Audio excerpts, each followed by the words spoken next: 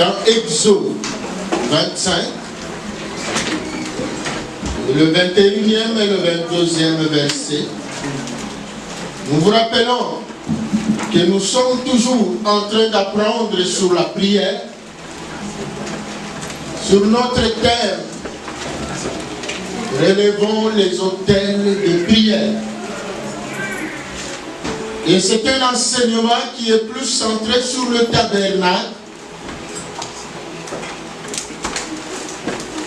Pour bien prier, il faut bien comprendre le contexte dans lequel on prie.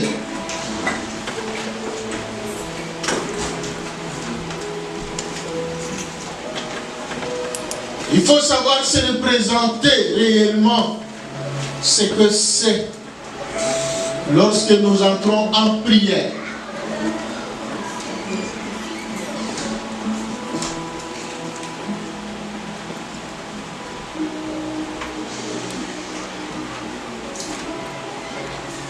Et là, nous voulons parler encore des éléments clés du tabernacle. Nous avions parlé l'autre fois du pain de vie, la manne. Amen. Qui est l'un des éléments du tabernacle. La manne, c'est Jésus. Parce que beaucoup n'arrivent pas à bien comprendre la liaison entre l'Ancien Testament et le Nouveau. Amen. Amen. Et il y en a même qui se disent, nous ne sommes plus à l'époque de l'Ancien Testament. Ils rejettent carrément. Pourtant, Jésus lui-même, il a dit que c'est de moi qu'il s'agissait. Amen. L'ombre des choses à venir. Nous voulons vous rappeler que le dimanche passé, on nous a enseigné sur l'unité dans le corps du Christ. L'Église, c'est le corps du Christ.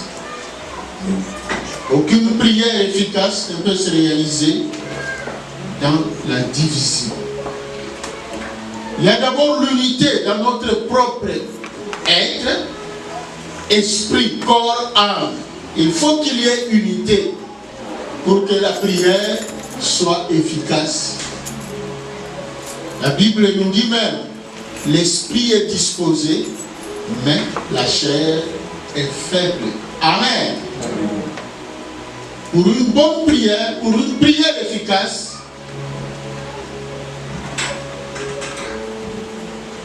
l'esprit, l'âme et le corps doivent être un, doivent être branchés. Amen. Amen. On nous a parlé de l'unité, même dans l'Église.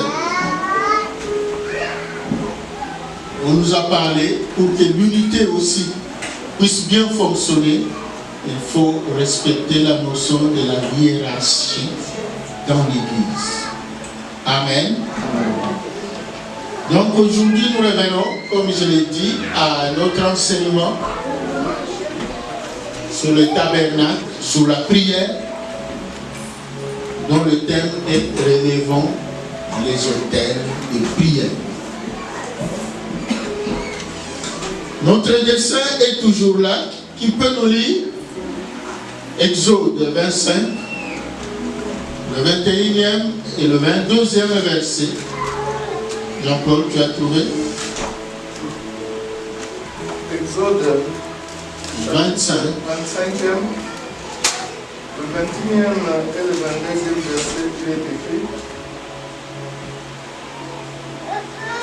Tu mettras les propitiatoires sur l'arche, et tu mettras dans l'arche le témoignage que je te donnerai.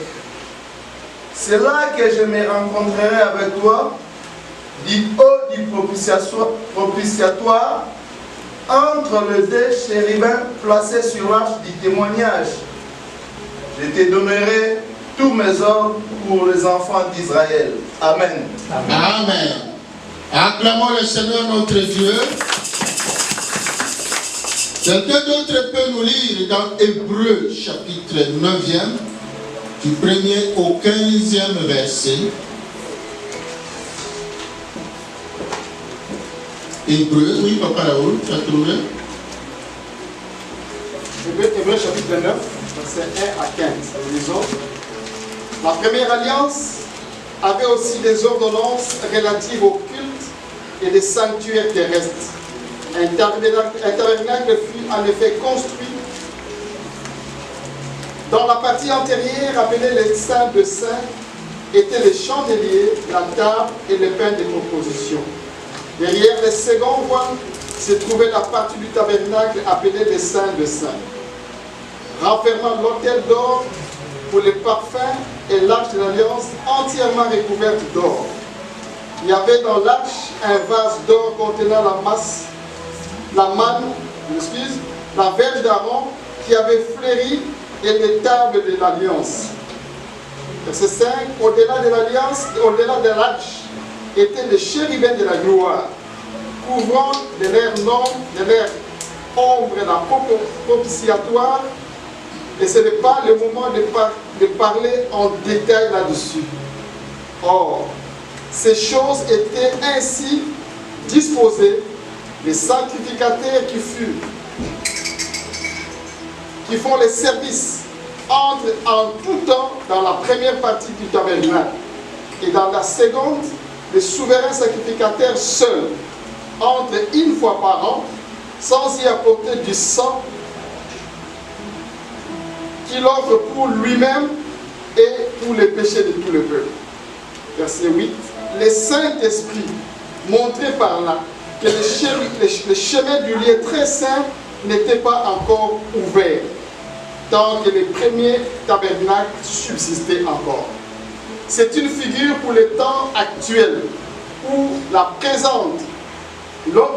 présente, des offrandes et des sacrifices qui ne peuvent rendre parfaits sous les rapports de la conscience, celui qui rend ses cultes, et qui, avec les aliments, les boissons, les diverses ablutions, étaient des ordonnances charnelles imposées seulement jusqu'à une époque de réformation. Verset 11. Mais Christ est venu comme souverain sacrificateur des biens à venir. Il a traversé le tabernacle plus grand et plus parfait, qui n'était pas construit de mains d'hommes, c'est-à-dire qui n'est pas de cette création.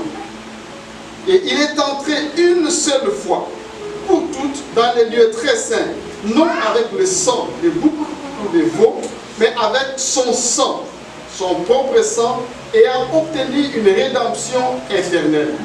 Car si le sang des taureaux et des boucs et la cendre d'une vache répandue sur ceux qui sont souillés sanctifie et procure la pureté de la chair, combien plus le sang de Christ, qui par un esprit éternel s'est offert lui-même sans tache à Dieu, purifiera-t-il votre conscience des œuvres mortes, afin que vous serviez l'Éternel, le Dieu vivant. C'est 15. Et c'est pour cela qu'il est le médiateur d'une alliance, nouvelle alliance, afin que la mort étant intervenue pour le rachat des transgressions commises sous la première alliance, ceux qui ont été appelés reçoivent l'héritage éternel qui leur a été promis. Car là où il y a le testament, il est nécessaire que la mort du testataire soit constatée. Amen. Acclamons le Seigneur notre Dieu. Le livre des Hébreux, donc l'épître aux Hébreux, explique mieux la transition ou le lien, le rapport entre ce qui se faisait dans l'Ancien Testament et le Nouveau Testament. Amen. Amen. Pour mieux comprendre, il faut avoir l'habitude de méditer aussi sur l'épître aux Hébreux. On nous explique, c'est comme nous avions dit, notre dessein est toujours là. Nous avions parlé du parvis, parce qu'on ne peut pas s'approcher de Dieu avec des souillures. Et Dieu sait qu'il est un pécheur, pardon, qu'il est un juge qui juge les pécheurs. Dieu sait qu'il est un Dieu très saint parce qu'il ne peut pas collaborer avec le péché. Et il sait que l'homme est pécheur. Nous restons pécheurs. Quelles que soient nos œuvres, quel que soit ce que nous pouvons faire, nous restons pécheurs. Et Dieu, il est le juste juge. Il est tout le temps irrité contre nous parce que nous sommes dans le péché. Mais son amour, sa bonté étant trop grande, c'est pour cela qu'il a prévu le parvis. Là où on doit confesser, ça signifie la confession des péchés, l'expiation. Donc on doit offrir des sacrifices qui étaient offerts sur l'autel des reins. Amen. Amen. Et les sacrificateurs, ils entraient dans le lieu saint et tous s'arrêtaient là pour brûler les parfums aussi, qui signifie l'adoration et la louange, et seul le souverain sacrificateur qui entrait là. Et là, c'est le lieu très saint. Le lieu saint et le lieu très saint sont séparés, étaient séparés à l'époque par le voile. Jusqu'au jour où Christ est mort pour nos péchés, la voie a été ouverte pour tout le monde. Amen. C'est ça la grâce. Et nous voulons expliquer, nous sommes maintenant là, dans le lieu très saint, le saint des saints.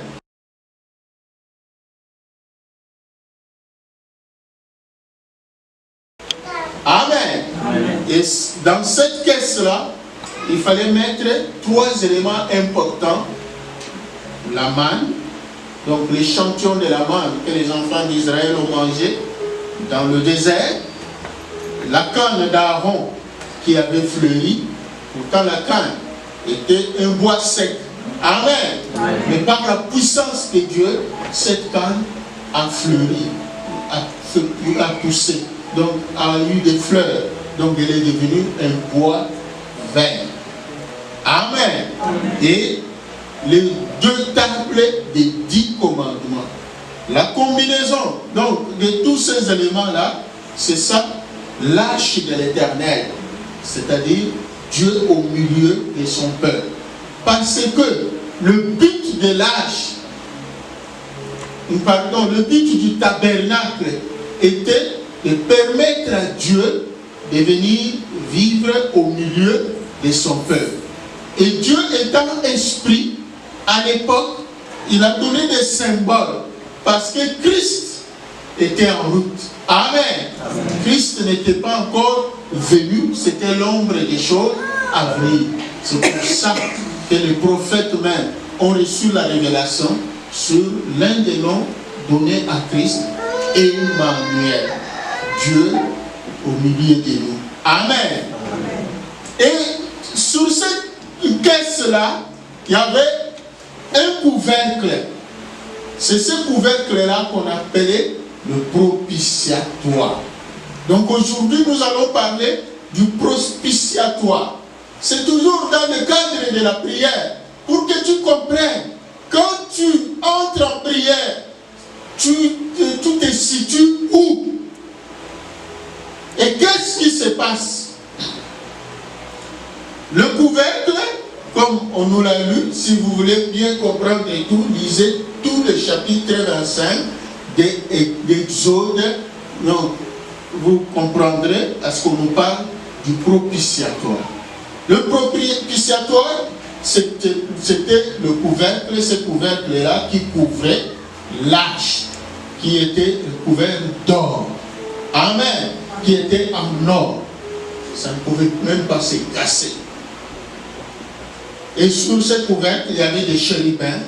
Paul même dit, il n'est pas temps de parler en détail de tout ça.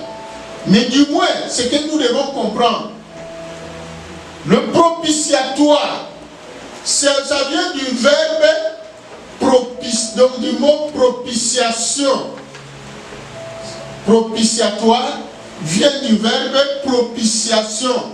Propitiation signifie écarter la colère de Dieu, rendre Dieu favorable à nous, à l'homme.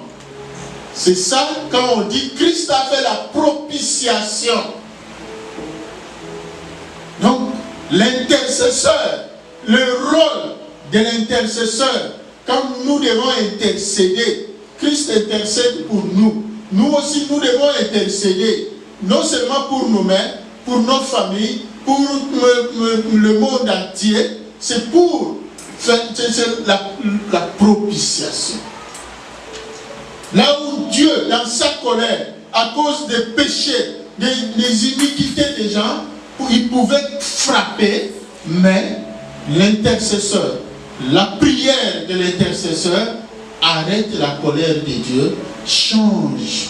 Amen. Amen. Au lieu que Dieu, en ce moment-là, qu'il soit un Dieu plein de colère, c'est un Dieu plein de bonté. Il est un Dieu miséricordieux. Donc, c'est ce rôle-là qui était assigné à l'époque, le rôle de l'intercession, au souverain sacrificateur. Tous les sacrificateurs restaient là, seul le souverain sacrificateur entrait là-bas avec tous les désirata du peuple. Il entrait pour intercéder, pour obtenir le pardon des péchés, pour lui, non seulement pour lui-même, mais aussi pour le peuple tout entier. Mais il entrait aussi pour obtenir la bénédiction de Dieu. Les problèmes, le peuple était plein de problèmes. Cet acte-là, c'est dans ce monde, c'est pour cela donc il faut prier. Parce que la prière, c'est par la prière que nous obtenons la paix avec Dieu. Amen. C'est par la prière, quand même les forces nous abandonnent, c'est par la prière que nous obtenons le renouvellement de la force. C'est par la prière. Et la prière, nous entrons, puisque Christ, c'est lui le souverain sacrificateur, qui n'est même pas entré dans un tabernacle, un temple, parce que tabernacle signifie temple portatif. Amen. Puisque le peuple, je vous rappelle toujours, là le peuple était encore à la montagne de Sinaï, le peuple n'était pas encore arrivé à Canaan, à la terre promise. C'est pour cela qu'il ne pouvait pas encore construire un temple définitif. C'est plus tard, après David, l'initiative est venue de David. Amen. Mais le temple a été construit après lui par son fils Salomon, selon la volonté de Dieu. Le premier temple, le temple de Salomon, le temple de Jérusalem. Et ce temple-là avait été construit toujours dans la même forme que le tabernacle. Et nous vous rappelons que le tabernacle, ça vient toujours du besoin du peuple aussi, de la présence de Dieu. Depuis le temps ancien, les patriarches, ils élevaient les autels. Amen. Autel avec A-U-T-E-L. Pas avec H. Pas autel comme abri, comme un lieu d'hébergement, mais autel comme un lieu de prière. Donc, ça a évolué, c'est comme ça que à la montagne de Sinaï, avec Moïse, Dieu a donné l'instruction, parce que le peuple avait voulu voir Dieu. Amen. Amen. Nous vous rappelons toujours ça, puisque le peuple, chaque fois, Moïse, d'abord a commencé par l'Égypte.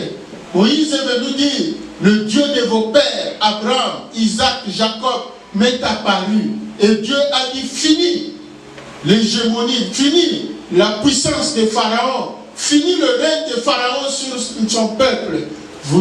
Bientôt, vous serez libres. Dans peu de temps, vous serez libres. Le peuple ne pouvait pas directement croire, parce que tout le monde croyait que Pharaon était le puissant des puissants. Amen. Amen. Mais Dieu a manifesté sa puissance, le peuple a été libéré de la puissance des pharaons. Et c'était un grand miracle. Dieu a fait traverser le peuple la mer rouge à pied, à sec. C'était un grand miracle. Dieu a donné la manne. Dieu a donné même l'écaille, donc la viande au peuple. C'était des miracles. Tout ça, ça poussait au peuple de vouloir aussi voir Dieu. Un jour, parce que Moïse, c'est lui seul qui allait à la montagne, il prenait son temps dans la prière, et quand il revenait, il disait au peuple, Dieu vous a salué, Dieu vous a dit bonjour. Amen. Amen. Et le peuple va demander à Moïse, mais quand est-ce que nous verrons Dieu? Il n'y a que toi seul qui va, qui le voit, qui parle avec lui, et nous, on ne le verra pas. Moïse a dit, nul ne peut voir Dieu et vivre. Amen. Amen. Mais Dieu a dit à Moïse, écoute, puisque le peuple désire me voir, bon, moi je vais me faire voir au peuple. C'est comme ça que Dieu a fixé rendez-vous. Il a dit à Moïse, dites-leur deux conditions. Purifiez vos cœurs et lavez les vêtements, vos vêtements. Et venez tel jour, à telle heure, à la montagne sainte, je vais me faire voir, le peuple me verra. Et c'était une bonne nouvelle pour le peuple. Le peuple s'était purifié, le peuple avait nettoyé les vêtements, et le jour J, le peuple est allé, conduit par Moïse, à la montagne de Sinaï. Mais de quelle façon Dieu est venu? Dieu est venu sous une forme de feu. Amen. Des flammes de feu. La montagne était fumante. C'est comme un tremblement de terre. Et le peuple a eu peur. La façon dont Dieu voulait se faire voir au peuple était tellement effrayante que le peuple a dit à Moïse, non, nous ne voulons plus le voir. Toi, reste seulement, parler avec lui et tu viendras nous rapporter. Amen. Amen.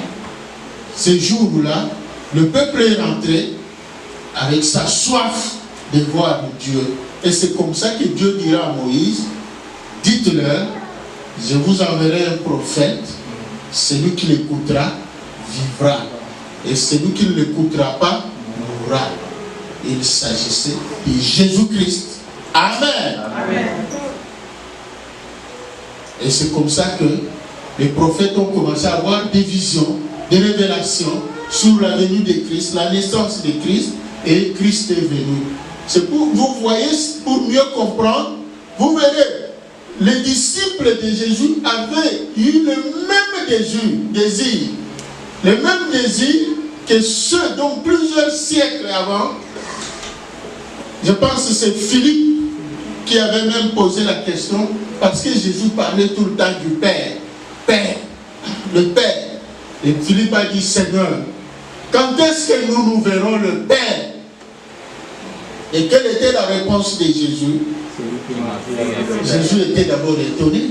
Il a dit, depuis que je suis avec vous, vous ne m'avez jamais vu. Cela veut dire quoi?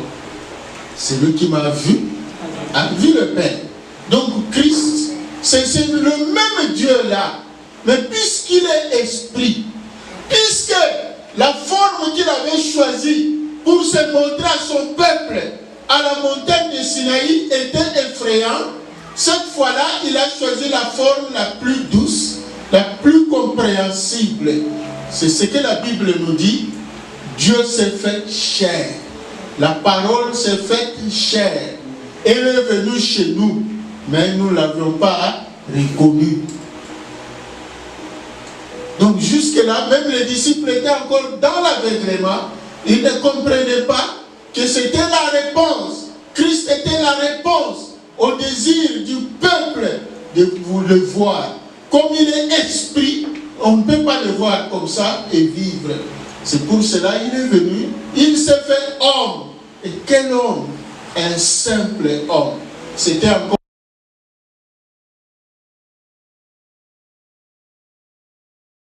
lui-même, il a dit, si quelqu'un ne mange pas ma chair et ne boit mon sang, il n'aura pas la vie éternelle. Amen. Amen. C'était encore un scandale. Ce jour-là, même beaucoup de ses disciples l'ont quitté. Ils ont trouvé que c'était peut-être de la sorcellerie ou quoi. Comment il nous dit de manger sa chair? C'est ça, c'est pour cela qu'il est très important. Le baptême, c'est faire baptiser et communier dans le corps et le sang de Jésus-Christ. Donc, mon frère, ma soeur, si tu n'es pas encore baptisé par immersion, donc il y a quelque chose qui te manque. Amen. Parce que tu ne peux communier dans le corps et le sang de Jésus-Christ que quand tu passes par ces témoignages solennels, par les eaux des baptêmes, où tu vas donc témoigner, donc mourir avec Christ, ressusciter avec Christ, donc le témoignage solennel de la foi en Jésus-Christ. Amen. Amen. Donc l'arche était recouverte par le propitiatoire, ce couvercle-là. Mais le propitiatoire, oui, par définition, c'est ce couvercle qui couvrait l'arche de l'Éternel, mais aussi c'est le lieu. Amen. Où le lieu par excellence, où les souverains sacrificateurs s'entretenaient avec Dieu. Donc c'est comme s'il était monté par là. Aujourd'hui, c'est ce que ça signifie. Il faut que tu aies les deux pieds en Jésus-Christ pour que ta prière soit efficace. Même si tu dois aller frapper dans des portes des démons, dans des portes des ennemis, tu dois être rassuré qui est là sous toi, qui est le fondement de ta vie. Vous voyez donc, les souverains sacrificateurs, c'est comme s'ils montaient sur l'arche. Amen. Pour montrer que c'est le fondement. Il y a un adage chez moi au village qui dit un poussin, le petit poussin là, ne peut jamais remplir la casserole si sa mère n'est pas en dessous. Amen. Donc si moi aujourd'hui je peux parler, donc même devant le monde des ténèbres, c'est parce que je sais qu'en dessous de moi, celui qui me soutient, c'est Jésus-Christ. C'est ça qu'il faut comprendre. C'est très important de comprendre, mes frères et sœurs, la notion du propitiatoire. Ce n'est pas seulement le couvercle, mais il y a Jésus-Christ en dessous. C'est lui le fondement de notre vie. C'est comme il est écrit, la maison qui est fondée sur le sable, cette maison-là, quand le vent souffle, elle s'écroule. Amen. Mais celle qui est construite sur les rocs, quelle que soit la tempête, elle ne peut jamais s'écrouler. Le vrai roc, c'est Jésus-Christ. C'est lui qui est le fondement de notre vie. Mon frère, ma soeur, quand tu as Jésus-Christ en toi, tu as les deux pieds en Jésus-Christ, tu marches dans la crainte de l'Éternel, dans l'obéissance à la parole de Dieu, tu n'as rien à craindre parce que Jésus, il te soutient. Quelle que soit la tempête qui peut arriver, quel que soit le stress que le diable peut t'envoyer, quelles que soient les mauvaises nouvelles que le diable peut t'envoyer, ta vie doit rester toujours debout. Amen. Tu ne dois pas être écroulé. Ta vie ne doit jamais s'écrouler parce que Christ est le fondement. C'est ça que ça signifie, que toute prière efficace, c'est en Jésus-Christ. Une prière qui ne se fait pas au nom de Jésus, une prière qui n'est pas basée sur Jésus-Christ, c'est de la cymbale simple qui résonne. Amen. Amen. Excusez-moi. Donc, le propitiatoire, nous devons être là. Donc, c'est ça que ça signifie. Notre prière est fondée sur ça. Et nous sommes sûrs. C'est pour cela qu'il a dit, je vous ai donné le pouvoir. Tout pouvoir m'a été donné dans les cieux et sur la terre. Et moi, je vous donne aussi le pouvoir. Les démons vous obéiront. Vous marcherez sur les serpents et les scorpions. Vous boirez même des breuvages mortels et cela ne vous fera aucun mal. Amen. C'est parce que Christ est là. Quand les musiciens chantent que non, essaye de me toucher et tu découvriras Nanya Simbala. Amen. Donc c'est ça, parce que je suis là. Christ est en moi et moi, ma vie est fondée sur lui. Je suis assis en Jésus-Christ. Voilà ce qui est écrit.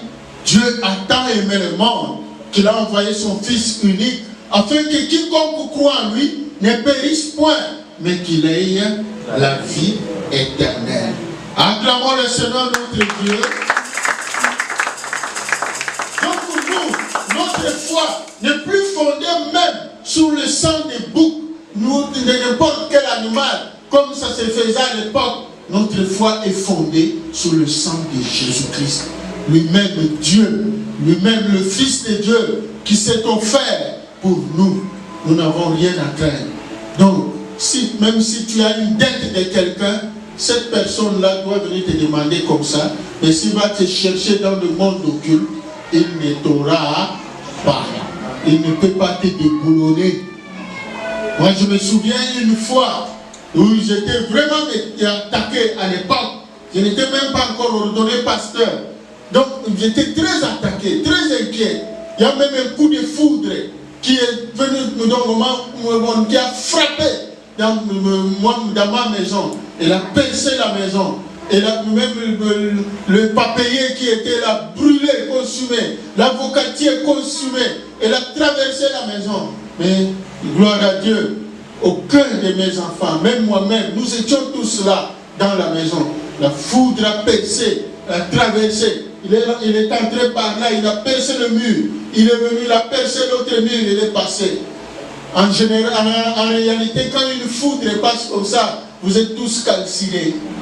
Mais le Seigneur a fait grâce. Personne n'a été touché. Il y avait seulement la fumée dans la maison et une odeur comme des cartouches. Et dans mes soucis là, j'ai fait un rêve. Je dors, je fais un rêve. Les gens étaient venus pour déboulonner ma maison. Ils étaient en train de creuser la fondation de ma maison. Ils creusaient, plus ils trouvaient du béton avec des barres de fer, des gros barres de fer là. Ils continuaient à creuser, ils se disaient, mais c'est cet architecte, les maçons qui ont construit cette maison, comment ils ont pu vraiment, avec une grande fondation, ils continuaient à creuser, mais ils n'arrivaient toujours pas au fond. Et je m'étais réveillé, c'était un rêve. Donc c'était l'assurance que le Seigneur m'avait donné ce jour-là pour me dire, ne crains rien, parce que je te soutiens. Amen. Amen. Amen. Il est le fondement de notre vie. C'est ça qu'il faut aussi comprendre sur la notion de propitiatoire, comme on a lu. Donc on peut encore lire Exode 27, 21, 22.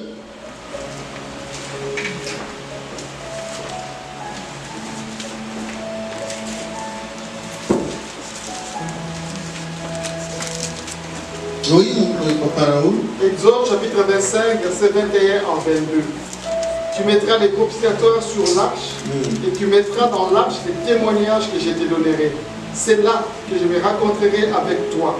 Du haut du propitiatoire, entre les deux chérubins placés sur l'arche des témoignages, je te donnerai tous mes ordres pour les enfants d'Israël. Amen. C'est là que je me rencontrerai avec toi. C'est là qu'on doit s'entretenir. Quand nous entrons en prière, c'est ça que tu dois avoir à l'esprit, ma soeur, mon frère. C'est pour cela, avant toute prière, examine-toi d'abord. Amen. Qu'est-ce qui est sorti de tes lèvres? Qu'est-ce qui est passé dans tes pensées? Même un murmure. La Bible nous dit, faites tout sans murmure. Amen. Même un murmure. Confesse, ne néglige pas. C'est un péché devant Dieu. Examine-toi. C'est pour cela que Christ a dit, lorsque tu es en train d'offrir une offrande, et si tu te souviens que quelqu'un a quelque chose contre contre toi, laisse d'abord. C'est parce qu'en réalité, tu montes sur le propitiatoire. Du haut du propitiatoire, tu ne peux pas monter dans un état d'impureté. Tu ne peux pas monter avec la haine contre ton frère, contre ta soeur, contre qui que ce soit. Non. C'est pour cela, à l'époque, le souverain sacrificateur, on lui mettait la corde. Parce qu'il était interdit à quiconque d'entrer là-bas. Et là-bas, il prenait du temps. Parce qu'il entrait non seulement avec ses fardeaux à lui, mais avec tous les fardeaux du peuple. Il prenait beaucoup de temps là-bas. Il passait même des jours là-bas. Et tout le peuple était resté au parvis. Et les sacrificateurs qui étaient là, ils attendaient, ils adoraient, ils brûlaient le parfum. Et comment savoir si il n'a pas été frappé par l'Esprit de Dieu? Parce que si lui aussi était un humain, s'il avait commis l'imprudence d'entrer sans se purifier, là-bas le Saint-Esprit descendait et il le frappait. Amen. Amen. Parce que Dieu n'a pas de contact avec le péché. C'est ce que nous aussi nous devons savoir. Nous sommes le temple de Dieu, le siège du Saint-Esprit. À l'époque, l'homme ancien n'était pas temple de Dieu. Amen. Mais toi et moi, nous sommes le temple de Dieu. Donc, ce tabernacle a été transposé maintenant en nous. Et c'est d'une façon permanente. Nous sommes devenus le tabernacle aussi. Nous sommes devenus le temple de Dieu. Et nous sommes devenus le lieu très saint.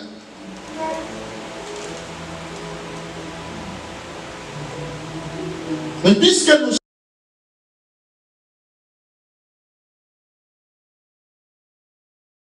Dieu a dit à Moïse, je t'ai fait Dieu pour Pharaon, pas pour toute l'humanité, mais uniquement pour Pharaon. Pourquoi? Parce que Pharaon avait des fétiches.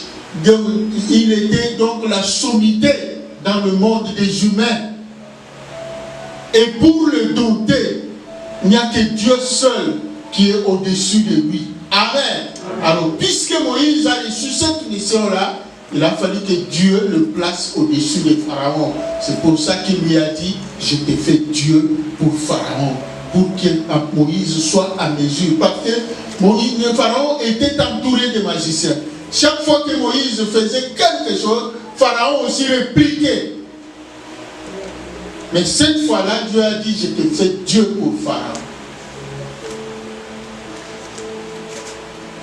Donc, mon frère, ma soeur, nous montons d'une façon permanente, nous sommes sur le propitiatoire. Quand nous prions, quand nous intercédons, c'est là que nous sommes.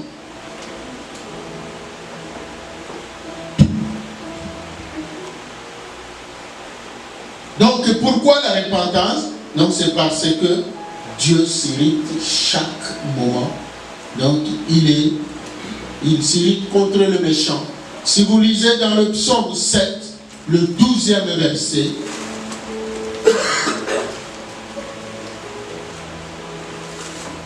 et le sacrifice de Jésus-Christ, c'est ça qui a fait la propitiation pour nous. Jésus, le seul sacrifice agréable. Amen. Amen. C'est pour cela, quand nous sommes en Jésus-Christ et nous nous purifions, c'est le sacrifice de Jésus-Christ qui est présenté. Dieu ne nous regarde pas nous, mais il regarde le sacrifice de son Fils. C'est comme ça que la Bible dit, tu n'as voulu ni sacrifice, ni holocauste. Parce que quel animal on peut encore lui offrir qui peut calmer la colère si ce n'est son propre Fils, le sacrifice de son Fils. Et aujourd'hui, nous sommes épargnés de sacrifier encore des animaux, de sacrifier des êtres humains. Donc aujourd'hui, personne, même ceux qui sacrifient des êtres humains, leurs enfants, les membres des familles, pour obtenir des puissances. Ça, c'est démoniaque, c'est satanique. Amen. Amen. Donc, nous ne pouvons rien sacrifier, pas même un animal. Parce que le seul sacrifice, c'est le sacrifice de Jésus-Christ. C'est ce sacrifice-là qui parlera toujours à notre faveur, qui nous rendra toujours au-dessus de tout monde des ténèbres, qui nous rendra toujours plus puissants que le monde des ténèbres, que nos ennemis, qui nous donnera tout ce dont nous avons besoin. Nous n'avons plus besoin qu'on ne te dise pas, il faut sacrifier ton enfant, il faut sacrifier telle ou telle personne dans ta famille ou dans ton église, il faut sacrifier des gens. Non, ça c'est le diable. Et nous ne pouvons plus être sacrifiés. Personne ne peut nous revendiquer. Personne ne peut dire non, c'est mon fils, c'est mon neveu, c'est celui-ci, et je peux le donner. Non, c'est vrai, c'est lui qui t'a mis au monde. C'est vrai, il reste ton père, il reste ta mère, il reste ton oncle. Mais spirituellement, il n'y a aucun lien. Amen. Parce que toi et moi, nous sommes devenus la postérité d'Abraham par notre foi en Jésus-Christ. C'est pour cela que tu n'as rien à craindre. Même si on vient te raconter qu'on a amené tes photos là-bas chez un féticheur, on a amené un morceau de ton vêtement, on a volé tes vêtements, ne t'inquiète pas. Christ a dit que votre cœur ne se troublait point. Croyez en Dieu, croyez en moi. Personne ne peut te sacrifier. Personne ne peut sacrifier encore ton fils, ta fille. Parce que Christ s'est déjà livré pour nous. Quand nous entrons en prière, c'est toutes ces convictions que nous devons avoir pour avoir l'autorité sur le monde des ténèbres. Parce que le diable, il est rusé, il nous intimide toujours par des songes. Tu as fait des songes, des cauchemars et tout ça, ne t'inquiète pas. Même si dans tes rêves, l'ennemi est venu t'attaquer. Dans ton rêve, tu n'avais même pas la force de crier Jésus. Tu n'avais même pas la force. Quand tu te réveilles, que ton cœur ne se trouble point. Rien ne changera le sacrifice de Jésus-Christ pour toi. D'ailleurs, il est écrit dans ta faiblesse, la puissance de Dieu s'accomplit. La grâce de Dieu nous suffit. Amen. Amen. Parce que beaucoup sont souvent troublés. Ah, pasteur, il faut prier pour moi. J'ai rêvé. Les ennemis sont venus m'attaquer. Je n'avais même pas de force dans mon rêve. Et tout ça. Oui. La Bible dit, dans ta faiblesse, la puissance de Dieu agira. Parce que la grâce de Dieu nous suffit. Amen. C'est vrai. Nous avons à nous examiner. S'il y a un péché quelque part, nous devons nous repentir. Mais sinon, nous n'avons pas à nous troubler. Amen. Il faut avoir la conscience tranquille. Le diable, c'est notre accusateur. Tu n'as même pas commis un péché, lui, il va te mettre sous la culpabilité. Même quand tu as demandé, même quand bien même tu avais péché et tu t'es repenti, le diable va toujours te faire croire que ton péché-là est tellement grave que donc il faut des cérémonies pour que Dieu te pardonne. Il n'y a pas d'autre cérémonie que le sacrifice de Jésus-Christ. Jésus s'est déjà livré pour nous. C'est comme ça que le diable réduit l'efficacité de nos prières. Même pendant que nous prions, il vient nous accuser dans notre conscience. Il vient troubler notre conscience. À ce moment-là, nous perdons la conviction. Nous prions avec doute. Je ne sais pas si Dieu va quand même agir avec tout ce que j'ai fait là et tout ça.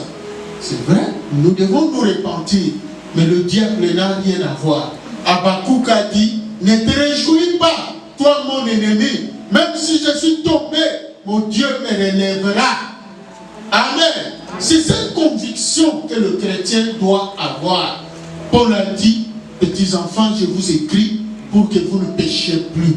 Mais s'il arrive que quelqu'un a péché, sachez que nous avons un avocat auprès du Père. Donc le diable n'a pas été troublé, à t'enfoncer Parce que beaucoup ont même abandonné la voie de Christ parce qu'ils ont trouvé que c'est trop contraignant. Amen. Il faut leur dire, Jésus les aime. Amen. La Bible dit, Dieu ne nous traite pas selon nos péchés, il ne nous punit pas selon nos iniquités. C'est vrai qu'un chrétien ne doit pas se plaire dans le péché, mais le diable doit arrêter de continuer à te troubler. Même les péchés que tu avais déjà confessés. Même dans des assemblées, quand on dit, qui a fait ceci? Tu avais déjà confessé tes péchés, tes avortements, mais tu te lèves toujours. Il y a des gens qui aiment qu'on les fasse tomber. À cause de ça, ils croient qu'il faut des cérémonies pour qu'ils soient réellement libérés. Jésus a dit, homme de peu de foi. Sans la foi, il est impossible de plaire à Dieu. Soit tu as confiance en Dieu, soit tu n'as pas confiance en lui. Dieu n'est pas un homme pour mentir, ni un fils de l'homme pour se repentir. Acclamons le Seigneur notre Dieu. Lisons Jonas chapitre 2, verset 8. Qui peut nous lire Jonas? On peut même lire de 1 à 8.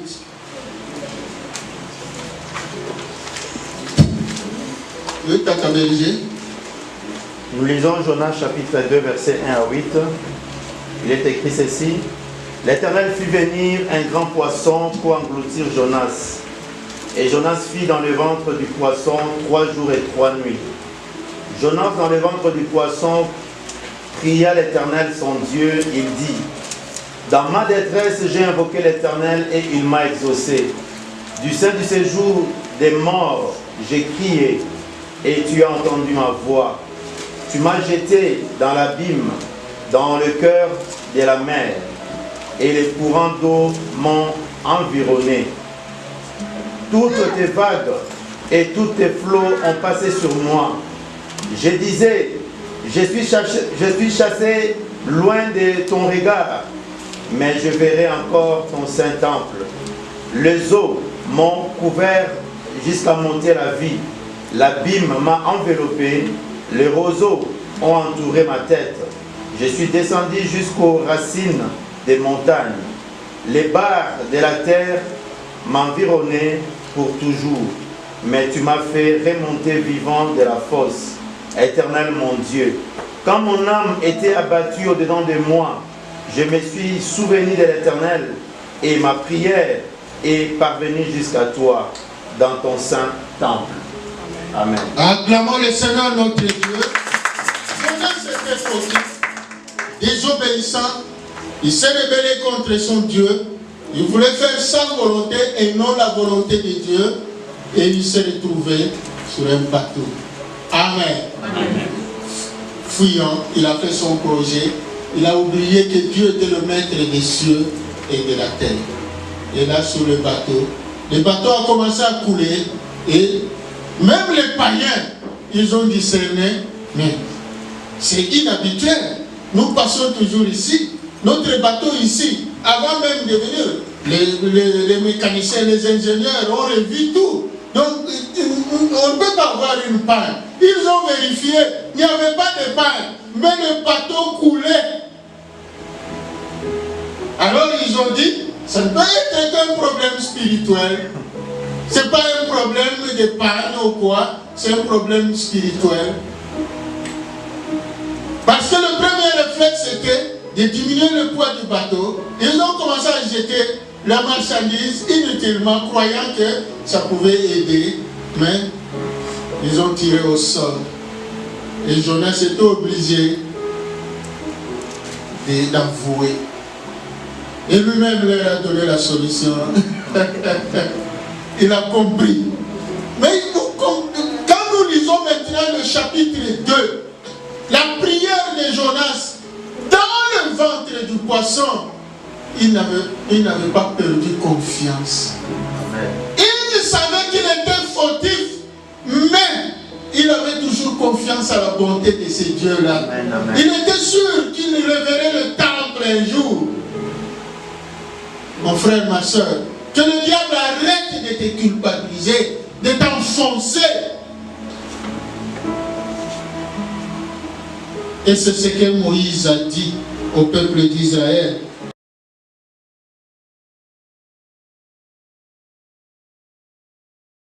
Révélé à Moïse, il a dit, dites au peuple.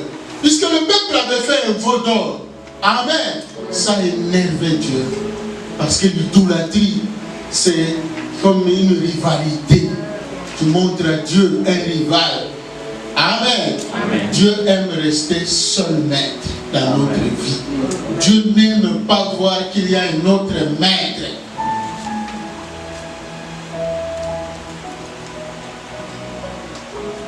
Et Dieu a décidé d'abandonner le peuple. Moïse a supplié Dieu.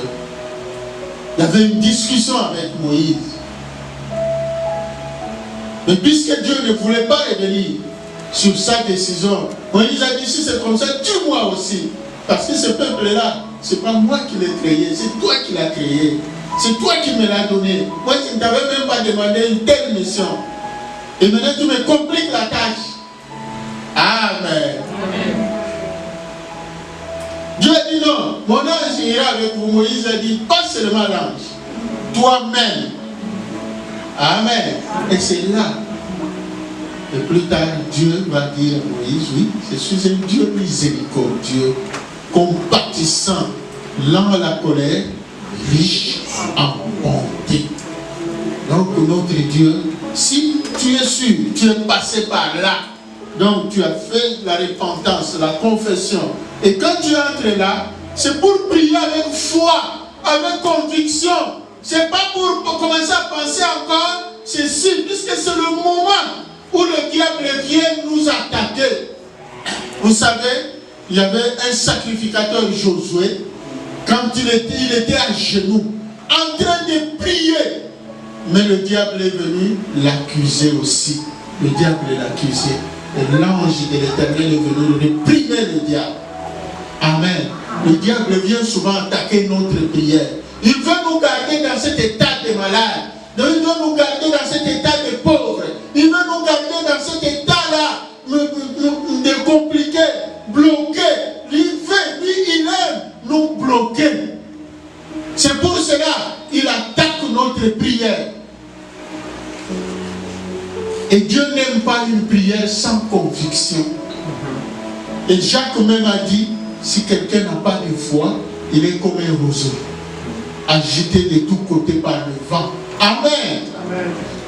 Et que cette personne n'espère rien obtenir de la part de Dieu. Donc, dans notre prière, c'est très important. Nous n'avons pas de choix, c'est la prière. Parce que même les patriarches, ils élevaient l'autel parce qu'ils avaient besoin de la présence de Dieu. Dans ce monde où nous vivons, ça ne changera pas. Il y aura toujours des problèmes, il y aura toujours des menaces. Et la seule voie, c'est la prière. C'est pour cela David, accablé par des problèmes de toutes sortes, menacé de tous côtés, dans le psaume 46, verset 1, il dit, Dieu est notre refuge. Amen. Amen. C'est-à-dire, nous devons nous tourner vers Dieu. C'est la même chose que Jonas, comme on vient de lire là. Donc tout était flou, tout était devenu noir, tout était devenu donc compliqué. Voilà dans l'eau et dans le ventre du poisson, tu n'as même pas d'autre choix que de prier. Donc le ventre du poisson, mon frère, ma soeur, c'est une situation inhumaine. C'est-à-dire, il n'y a pas un humain qui peut intervenir. Quelqu'un qui est déjà dans le ventre du poisson, pendant plusieurs heures, même si les médecins attrapent ces poissons-là, ils opèrent le poisson, ils ne vont pas le sortir vivant. Amen. Il n'y a que Dieu. Donc des situations qui ne demandent que l'intervention de Dieu. Qui ne demandent que c'est par la prière qu'il faut les résoudre. Là où tu es allé, les médecins t'ont dit, le monde t'a dit, et en tout cas, il n'y a pas de solution pour toi, il n'y a pas de solution. Tourne-toi vers Dieu. Et Ézéchias, même les prophètes de Dieu, les médecins ont tout fait, ils ont soigné, ça n'allait pas. Même les prophètes de Dieu lui est venu lui dire, écoute, pas la peine de continuer à dépenser de l'argent. Donc, cette maladie-là, tu n'en sortiras pas. C'est la mort. Et qu'est-ce que Ézéchias a fait? Oui, c'est vrai que c'est le prophète qui est venu me dire, mais moi, je me tourne vers celui-là qui a le dernier mot. Même si moi, le pasteur, je peux te dire, ma soeur, mon frère, ta situation là, c'est impossible. Ne t'arrête pas là. Tourne-toi vers le Seigneur. Celui-là qui a le dernier mot, qui peut changer la situation. Il peut transformer la maladie en bonne santé. Il peut transformer la mort en vie. Il est capable d'ouvrir même la voie dans la mer. Il est capable de te faire vivre même dans le ventre du poisson où il n'y a même pas d'air pour respirer. Il n'y a même pas de bonbons. Mais il te fait respirer parce qu'il n'a pas décidé que tu dois mourir. Mon frère, ma soeur, dis au voisin, ta vie est encore longue. Amen. Ces esprits de suicide qui viennent te déranger, Dieu n'a pas dit que tu dois mourir. Monte sur le propitiatoire. C'est là. Et il y a des chérubins de tous côtés. Il y a des anges de Dieu qui campent autour de toi. Ils sont là. Monte sur le propitiatoire et crie. C'est là. Dieu a dit, c'est là que je m'entretiendrai avec toi. Amen. C'est là que toi tu me diras ce dont tu as besoin. Ce dont le peuple a besoin, c'est là. La prière, l'intercession. Quand nos forces nous abandonnent, c'est dans la prière que nous nous réfugions. C'est dans la prière que nous retrouvons des forces, que nous retrouvons l'espoir, que nous retrouvons la paix. C'est dans la prière, mon frère, ma soeur. Que Dieu vous bénisse. Lèvons-nous, nous allons prier.